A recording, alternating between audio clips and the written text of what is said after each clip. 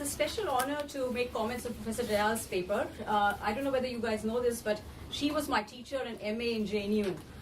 So it's really nice to make comments on her paper. The paper is clear, sharp, and makes a very innovative argument extending Rudolph's work on education, especially higher education. Its arguments are threefold. And I'll spell out the arguments and then I'll make some critical and constructive comments. So the first argument of the paper is that politicization of education, which the Rudolphs identified, has continued apace. And what they mean by politicization is political actors use universities and higher education as a political tool to expand education to more and more people and ensure that patronage is granted to different sections of the population. So according to Professor Jayal, politicization has continued apace after the Rudolphs finished writing the book on, or the edited book on education. The interesting point that Professor Jayal identifies is that politicization has become fused with marketization. So for example, the creation that higher education should create new workers for the modern economy, for economic reform purposes, has been fused with a politicization that is happening. But what is really distinctive about her argument, she says that the Rudolphs missed the fact that a statization, a bureaucratization is more important than politicization. And she analyzes that much more. So the idea is that she kind of says that the higher education symbolizes the continuation of a colonial legacy, when the colonial state orders through education society and education field in itself. So it's like a Napoleon kind of university purpose. So she identifies three elements of this statization and bureaucratization which are very, very crucial. One of them is state ideology in action, and she argues that in the 50s and 60s it was ideology of nation building. It was also an ideology later on of socioeconomic mobility, in which backward castes were involved in universities and increasing the quotas and reservation in university setups. And now it may be a knowledge society. So now the state ideology and education might be creating a new knowledge economy. But going beyond these ideologies, which are also important to look at, the state purpose in education is one dimension is state ideology. What is really important for Niraja is to look at what she calls the structural features, and that's essentially about centralization, bureaucratization, and how universities and the University Grant Commission has become a department of the state.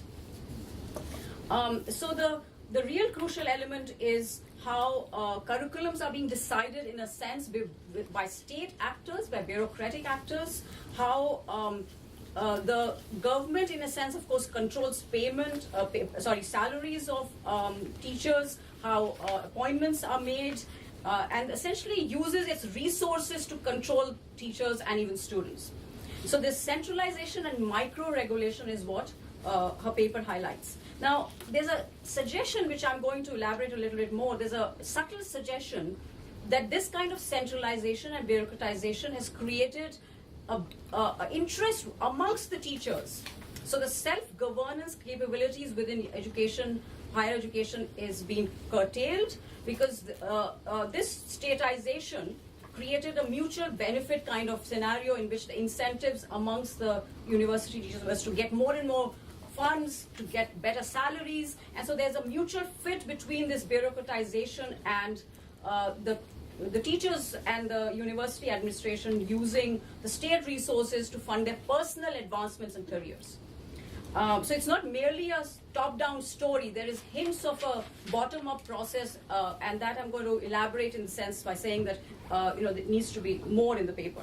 So those are broadly the arguments, threefold. Politicization has continued pace, marketization has continued and fused with politicization, and what is really important is the statization and bureaucratization. Here I want to just quote a quotation from Vajpayee, which actually really highlights what Niraja is saying. He, in 2001, he was the Prime Minister at that time, said, "I see a happy confluence of Saraswati, Lakshmi and Shakti.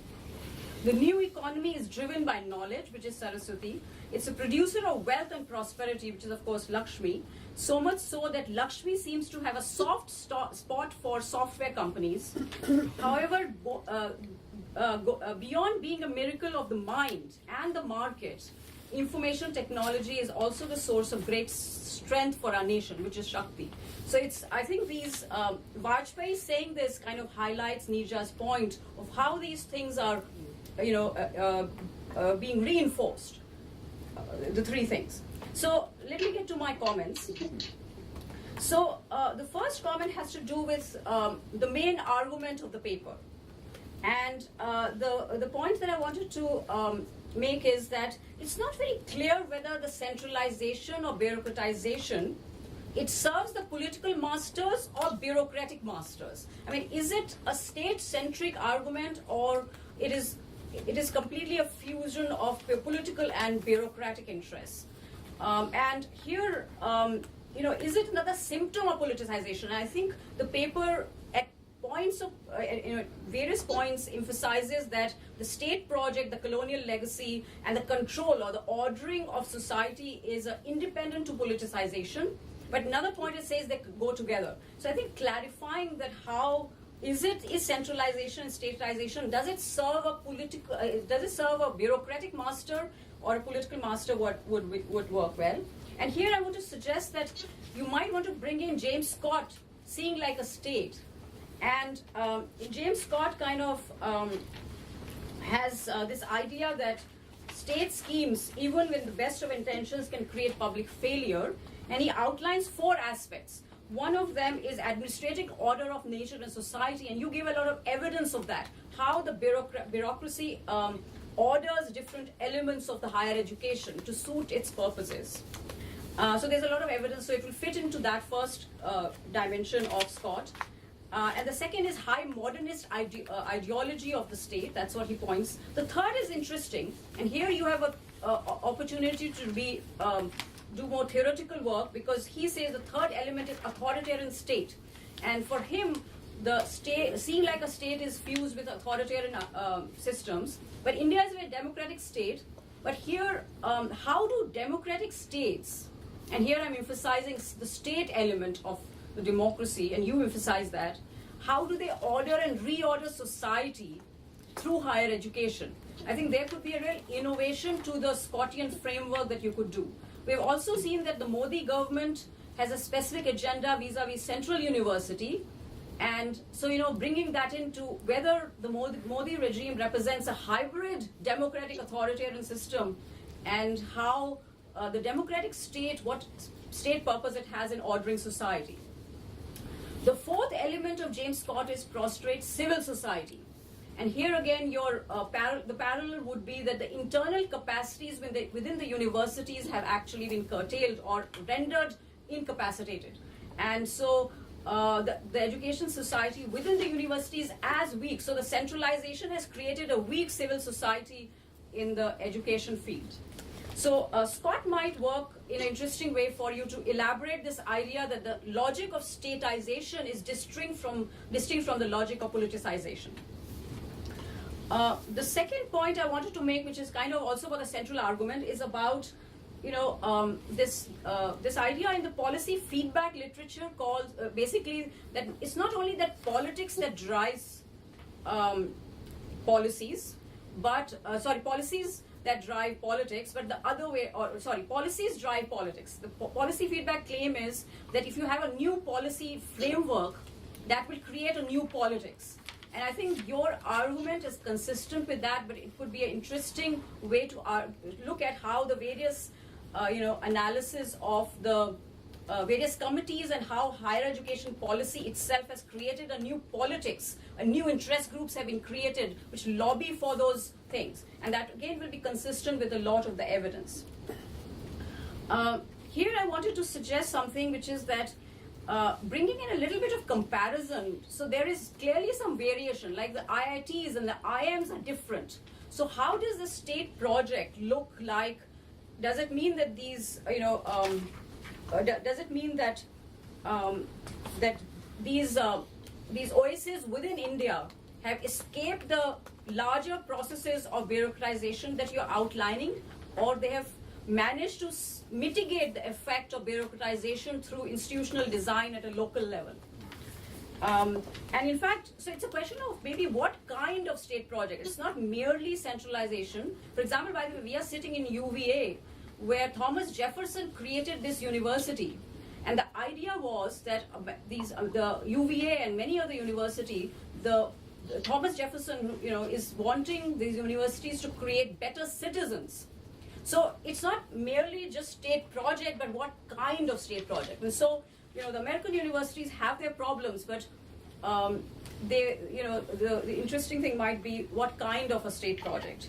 And here you may bring in the variation within India, or look at how IITs and engineering are they different? Are they confirming your argument, or are they providing a different nuance to it?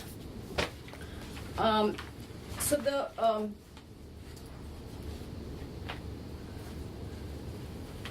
the last set of points I have is relate to when you mention on page 9 about the structural weakness of the university.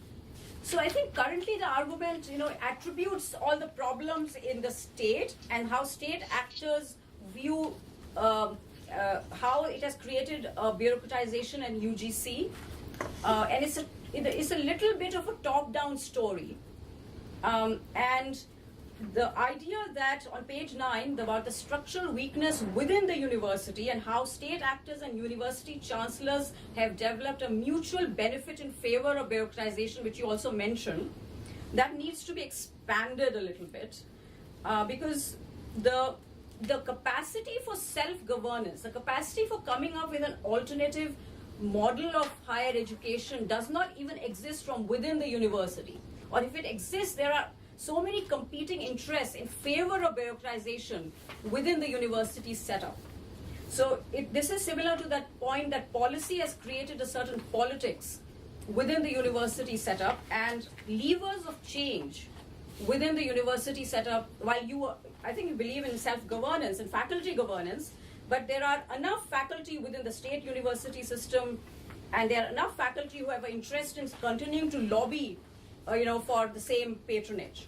So there are enough interests who benefit from this whole matrix of policies and politics that has been created. So those are some of the points. One last thing I'll say is that I think more needs to be done on the marketization. If you're right, maybe that is more relevant if this is a larger book project. The marketization story of how the fusion of politics and markets doesn't even create workers for the 21st century. How the fact that, for example, China does have a very elaborate technical education system which creates workers for the 21st century, but I don't know whether India's technical education, which you mentioned, does not even create workers for the 21st century. So even there is insufficiency, or the fusion of politics and markets, what problem it creates for even the market or economic reforms. The marketization may need to be expanded, but that may be more for a book project rather than for this article. Yeah, I'll stop there. Thank you. Niraja, do you want to respond? Yes, of course. I mean, these are terrific comments, and Asima, I will request you. I was trying to take notes, but I'll send them to you. Please send me these because they are absolutely wonderful comments. Let me start with a couple which are just clarifications, and then I'll try and answer some of the or respond to some of the other more substantive questions you raised. On the last one on marketization, there is now a little bit of literature. It's not very sophisticated political economy stuff, but there are some bits and pieces now in specific states, particularly the southern states, on the policies to do with, especially to do with engineering colleges over the last 30, 40 years. The interesting factoid here is that in the last couple of months, we've heard that in this year, about 300 engineering colleges across the country have shut down. This does obviously have something to do with the employment market, but more than that, at this point, we do not know, except that they've been turned into gyms or all sorts of other sorts of institutions but engineering colleges have been closing down at quite an alarming rate over the last year or so. So that's the sort of minor response to the last point you raised. And the second last or third last one about the comparison with IITs and IIMs. There is a basic difference in the governance structures of universities and IITs and IIMs. The acts that govern IITs and IIMs, the legislations give much more autonomy. The process of board selection is much more robust and so on. So there is a difference. So there was an attempt in the last few years to, not just this government, but even the previous one, to erode the autonomy of the institute's management, for instance. And this government then compounded it with trying to sort of fiddle with the appointments of directors of the IITs in more than one IIT, as it happens. And this has been put paid to now because I think there is a realization in in the Ministry of Human Resource Development that this is counterproductive, and that if these institutions are to retain their sort of present value, then they need to be given the, or at least the autonomy that they have had so far needs to be respected. So there has been a bit of a U-turn, a small U-turn on that front. But basically, the point is that the governance structures are different. They're governed by different acts, different types of acts, and they never have been subject to as much external control. Internally, many of them have lots and lots of problems. But that's but that's a separate issue. So the fact is that the design of IITs and IIMs was different from the start. I don't know whether that is something to do with the moments of origin when institutions like MIT were involved, and some of them were set up as collaborations with American universities and institutes of technology. So it could be something like that, but I don't know what the explanation is, and I'm actually not even going into that. So let me now come to the substantive question. The top-down story, you're absolutely right. I mean, the top-down bothers those of us who are, I guess, victims of the system rather than lobbyists for greater leverage within the state.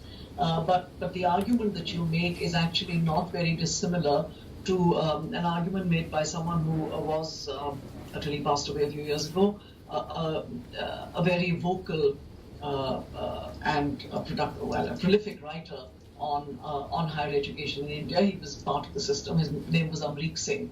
And the argument he has made in one of his books is that in the 1970s, when the pay scales of teachers, university teachers, were raised and made sort of commensurable to those of civil servants, is when the trouble started. So trouble in inverted commas, obviously. So yes, there are people who believe, and not just so there's two levels at which this happens. One is the level at which you gesture, which is broadly the individual level. Individuals looking for, it's basically a spoil system. And in a spoil system, if you can demonstrate loyalty and ideological sort of similar affinities, then you tend to benefit. But that's at the individual level. Certain people who would put themselves forward as public intellectuals, but whose views were remarkably similar to those of the political party in power, stood to benefit. But this is a very small proportion. This is a very small part of the problem, right? Mm-hmm. Amrik Singh's issue would be that the teachers' unions, for him, unionization was the problem. Right. He saw teachers' unions lobbying for salaries, and then working to influence government, and it never occurred to him that the other side of this was that there were two sides to this, and it was a pact. Yes. It did not occur to him that it was a pact. He was constantly vexed about teachers not doing enough to deserve what they had earned as a result of as he thought, more benefits than they should have actually got, right? So it's a complicated and messy story on that ground. But I take the point that paper does present the story as somewhat top-down. I also take the point that yes, there are constituencies, powerful constituencies within universities, more individuals than groups, I would say, who have stood to benefit from this kind of spoils system.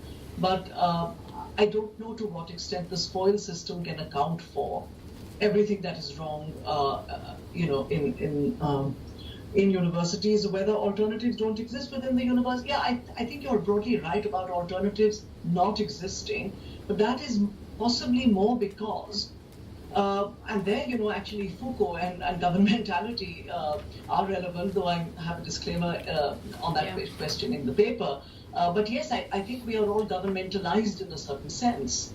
And so we see ourselves as sarkari people, right? As people who in a sense, work for the government. Right. Okay. Other. And we are not cognizant of the full academic autonomy. Okay. Sorry? No, Someone say something? Yeah, go ahead. Repeat yourself, your last statement, because the connection got bad. Okay. Yeah. Sorry. Yeah. What I was trying to say was that there is an element of a sort of a Foucauldian element, if you like, of us being ourselves governmentalized enough to not value the principle of academic autonomy, but to see ourselves as in much the same way as the state sees us. Okay? We also see ourselves and our roles in universities, in public universities, in very much the same way as the state sees our role. So so this is a point sort of worth thinking about, which of course brings me to Scott.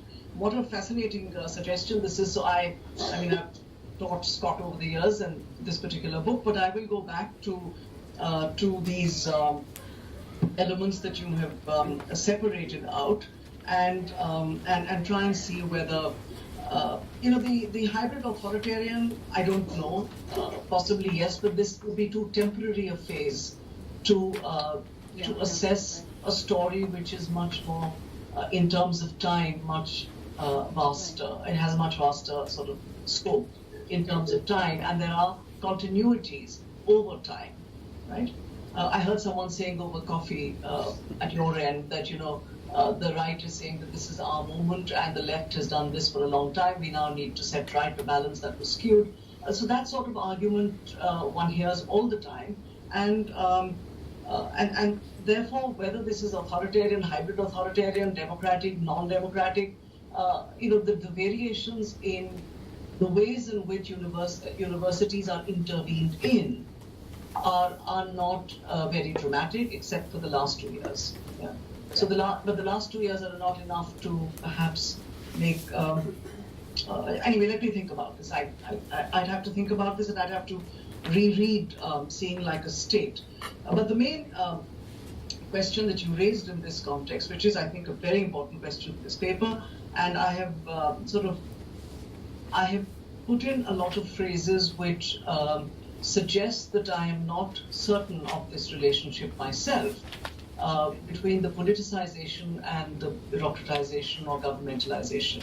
And I have said that the Rudolphs too use this in two ways. So when they talk about autonomy, for instance, they talk about government versus politics in a certain sense, versus political forces. They say that it will be threats to autonomy from within universities, from students, teachers, etc., administrators, but there can also be threats from political forces, as they call them, I think, and in those situations, governments can actually help. Governments can actually be helpful in rescuing universities from these malign forces, right? So that's one. On the other hand, when they speak about vice-chancellor appointments and so on, they also sort of blur the distinction between government and politics, right? This is a problem. This is something that I have yet to sort out for myself. I'm working on it. As I say it in the paper once or twice, I think that sometimes these tend to converge. Mm-hmm. Right. The imperatives of politicization and the imperatives of bureaucratization sometimes converge. Sometimes they run in parallel, and sometimes they perhaps come into tension as well. But to have a fuller theory of this or a more developed account of this, I'm still in the early stages of thinking this through. Which reminds me, one of the early points you made about the elements of statization, state ideology to knowledge society, that early point you made, those are not my arguments. Those are the arguments in the various official reports, the various education commissions and other reports that have been produced over time from the 1940s, late 1940s, to, let's say, 2009, yeah, or even the most recent 2016 Subramanian Committee report. So those are I've drawn upon those reports to suggest that that universities are closely aligned to state projects, but the state project of the time may vary. So it is knowledge. It is the Knowledge Society in the National Knowledge Commission, Sam Petroda's commission report. Yeah. But it was nation building, industrial development, scientific and technological development in the early reports of the 40s and the 60s, right? So those are not my own sort of interpretations. Yeah, so the other point you make is about the mutual fit between teachers and university,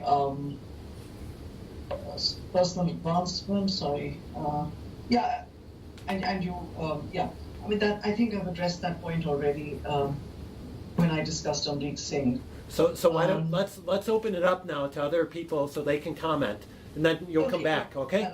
All right, other people. Thank you so much, Asim. Come out. I have I'm wondering, to the extent that the higher education system was autonomous, the Rudolphs were very concerned with elements or institutions that provide centrism and moderation. Was higher education, do you think higher education, they viewed higher education, it is a state project, but at the same time, is it something that centers and a force for moderation? And do you think that role with centrism or moderation is now not happening? And so I'm just trying to, would the Rudolphs view higher education as something that will moderate, or are we on the path to losing education as a moderating or a force for centrism? And I understand that centrism had something to do with the median voter and coalition politics, but I wonder if you could sort of give us something on that. The other thing is, part of the volume is, I think, also trying to emphasize their interpretive, the use of interpretive methods in their politics, and to the extent that you're using reports and commissions, it'll be nice to see something about the utility of even state-produced archives of reports and commissions. So we talked about embedded knowledge. I think that was Ron's term, is sort of being methodologically important to understand sort of where that knowledge is coming from, and the fact that it might be generated for different purposes, which might give it sort of different meanings and understanding. And it would be interesting to have some reflections about that in your paper, because one of the issues I think that will be important for this volume is to sort of try to have as much coherence as possible. And that's one of the themes that I think is emerging that will help to tie some of the work on India with some of the sort of broader theoretical work. Right, this is a tough one, John. As I read yours, your and Kamal's introduction this morning, I was, reminded of an email I had written to you, I think, about 6-8 months ago, saying that this paper is going to stick out like a sore thumb, and it really is. It really doesn't fit in at some level. No, I don't think that's true. Yeah, yeah. Let me say that I'm not sure. From this particular text of the Rudolphs, and they've written actually 40% of this book. 40% of this book is by the Rudolphs themselves. though it is technically an edited volume. But I'm not sure that I can see much scope, which could be my limitation, not theirs, to draw out from this any insights about method. I would in fact to take first 80 pages and see any potential, and if I'm missing anything there that could be useful in this context. So that's as far as the point about the method, epistemology, and so on. On the question of moderation, I think the point that the Rudolphs were addressing in this particular book was the following. They were looking at what the idea of a modern university represented in India in the colonial period and in the immediate post-independence period. The argument about centrism, consensus, the kinds of things you find in Pursuit of Lakshmi are not yet there. Modernity and tradition are there, however. So, for instance, they make the point, in the early part of this book somewhere, they make the point that while caste and other forms of traditional structures, they call them traditional structures, they don't actually use the word caste. Caste is just one of the multiple traditional structures they mention. Traditional structures are moving in the direction of, they don't use the word modernity, but something else here, which is they're becoming less parochial, they argue. They're becoming less parochial. On the other hand, an ostensibly modern institution like the university is, by virtue of this politicization and democratization, becoming oriented towards the local, towards the mufassil, and towards the parochial. So they're making a contrast between traditional structures modernizing, whereas, while on the other hand, potentially modern structures are moving in the opposite direction. Now, if at all there is anything, there I can sort of look further and think further. But the idea of centrism does come up in the context of student politics in that brief chapter in Lakshmi, where they talk about how students, even when they were mobilized in, for instance, the Jayaprakash Narayan movement, were not actually representing any sort of very revolutionary political program, but were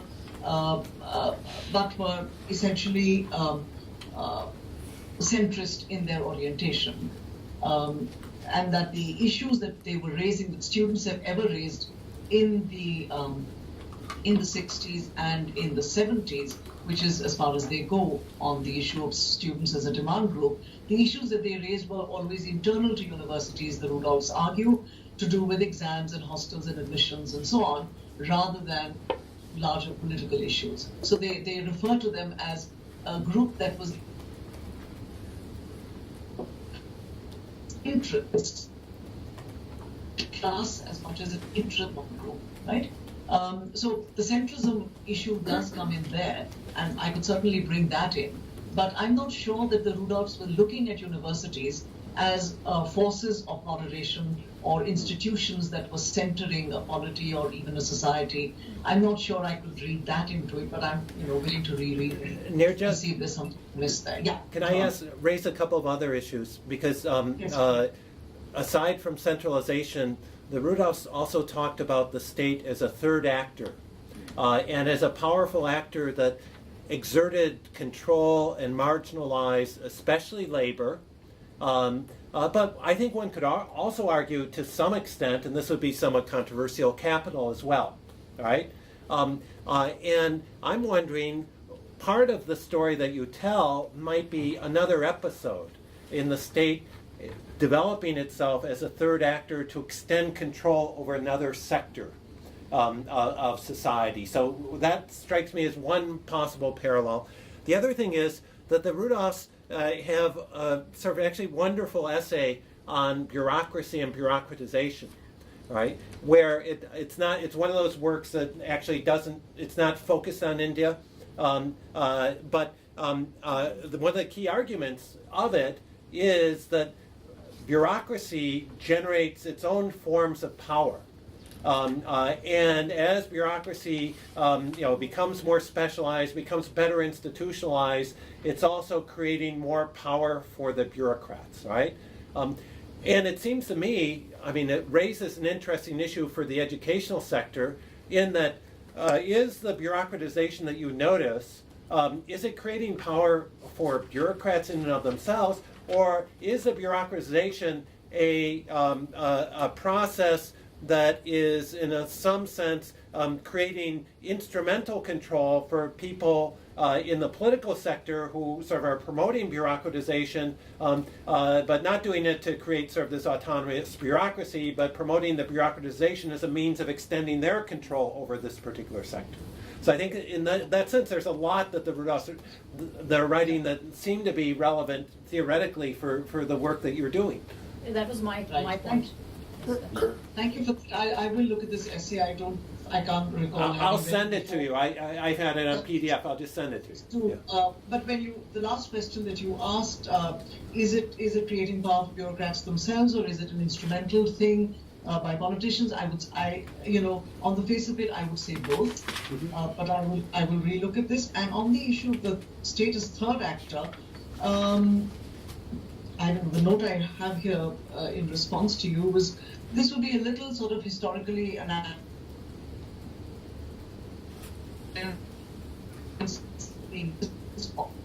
some universities at any rate, and the ones that are predate, all of them predate independence, right? And not all of them are created by the colonial state. Some are created by private entities, Maharajas and others, Nizams and so on.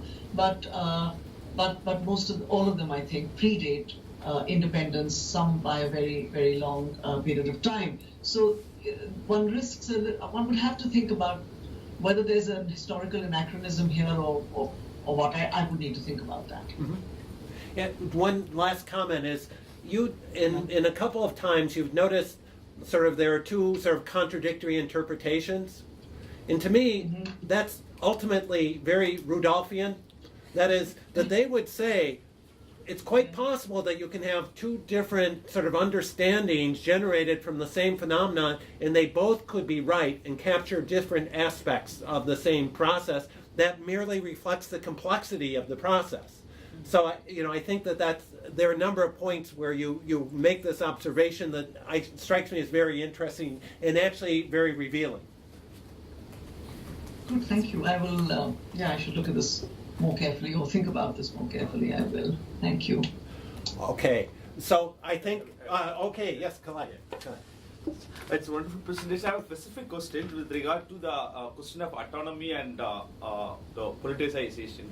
You remember the issue came in, say, 2006 when the Knowledge Commission Sorry, you're missing every other word. Issue came in 2006 and the UPA time when the UPA tried to introduce affirmative action in higher education. And there was a Knowledge Commission which opposed, arguing that you need to retain the autonomy of higher education institutions. You cannot push in affirmative action through this way. So there was a lot of protest that time. If you remember the debate in JNU. Not the entire Knowledge Commission. What I remember in 2007 is that two members resigned. One is Pratap Panamet and others. So the argument was. The Commission accepted this. Argument was broadly on the question of autonomy, and of course, and those who on the other end welcomed, saying that of course you can't use the autonomy as a way to not to push in this set of. This is the affirmative action meant for diversity. You cannot isolate this from the larger democratization process. That is the argument built in then. So then similarly now you find with a different cob it comes, autonomy is getting curtailed through the politicization. Now the current dispensation comes into. So I was wondering, can we think of diversity with affirmative action retaining within autonomy from the state? Because always the state comes. Earlier we argued we need state to bring in diversity and affirmative action. Now we say no, we don't want the politicization of the state actor entering into universities. Let's maintain the autonomy. So can we think of other ways to build university, I mean, retain the idea of university to having this diversity, having this affirmative action? Because it looks like a contradictory. One time we say we need to have a affirmative action through the state intervention and we can compromise autonomy. But other time we say we can't compromise autonomy, let us retain the autonomy, let's keep the state away from the higher education. So how you go together? Yeah, I think I'm sort of getting the drift of your question. The point is that conforming to national policy is not necessarily giving up on autonomy, right? In fact, one of the reasons, and I gesture at this in the paper towards the end, one of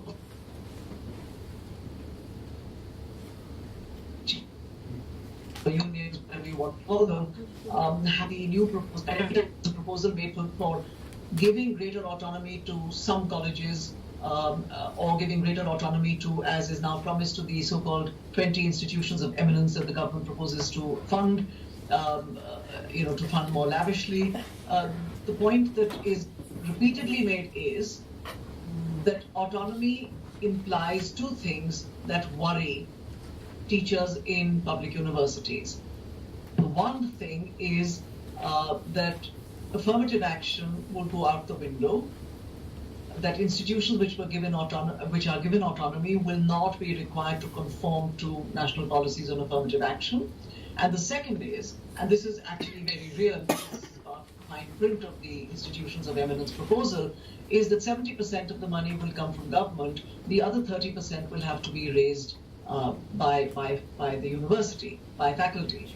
And that is something that faculty in public universities in India are not used to doing, as opposed to faculty in many other countries who are. So those are the two, the sort of little nudge towards raising money and, if you like, privatization, as well as the promise of being released from commitments, national commitments to affirmative action.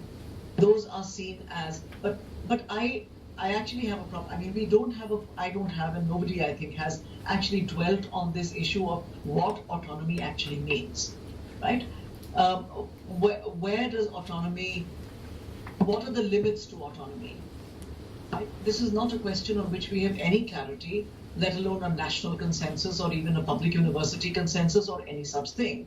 So what does autonomy, does it just mean the freedom to design your curricula? Does it mean the freedom to dissent and to speak truth to power? What does autonomy mean, right? We don't have a clear sense of that. We don't have a societal sense of that.